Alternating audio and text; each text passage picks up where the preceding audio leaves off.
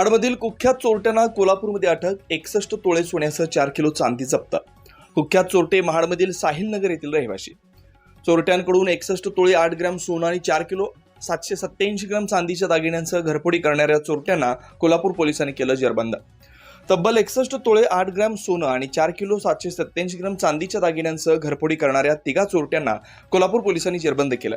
कोल्हापूर पोलिसांच्या स्थानिक गुन्हे शाखेनं घरफोडी करणाऱ्या या टोळीला जेरबंद करत मोठी कामगिरी केली. या कारवाईत इचलकरंजीतील एक मोटरसायकल चोरीचा गुन्हा आणि कोल्हापूर जिल्ह्यातील तब्बल 33 घरफोडीचे गुन्हे उघडकीस आणलेत.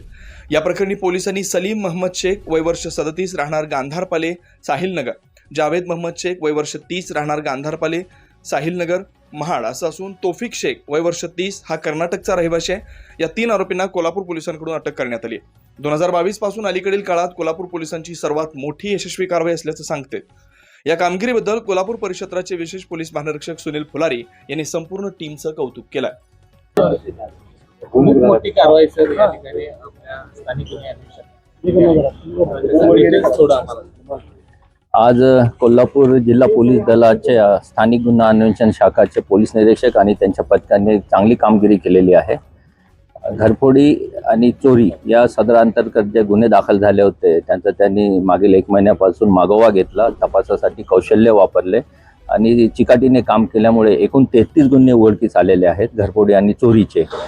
मागील हे साधारणतः 2022 ते 2025 या कालावधीतील हे गुन्हे आहेत.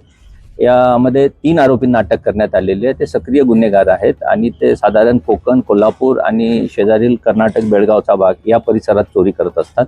विशेषतः रात्रोच्या घरफोडी करणे हे त्यांचा सराईत हातखंडा आहे. त्याच्यातला एक जण वाहन चोरी सुद्धा करतो.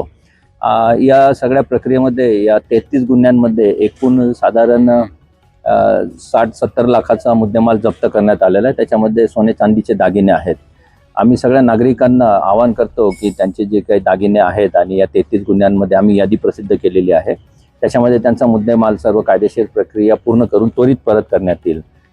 जिल्हा पोलीस दलाचे आणि साधारण महाराष्ट्र पोलीस दलामध्ये संपत्तीविषयक गुन्हे उघडकीस आणणे आणि रिकव्हरी जास्तीत जास्त करणे याची सध्या मोहीम चालू आहे आणि त्या अंतर्गत हे यश मिळालं त्याबद्दल मी त्या स्थानिक गुन्हा अन्वेषण टीमचे PI आणि त्यांच्या पूर्ण चमूचं कौतुक करतो आणि अभिनंदन करतो.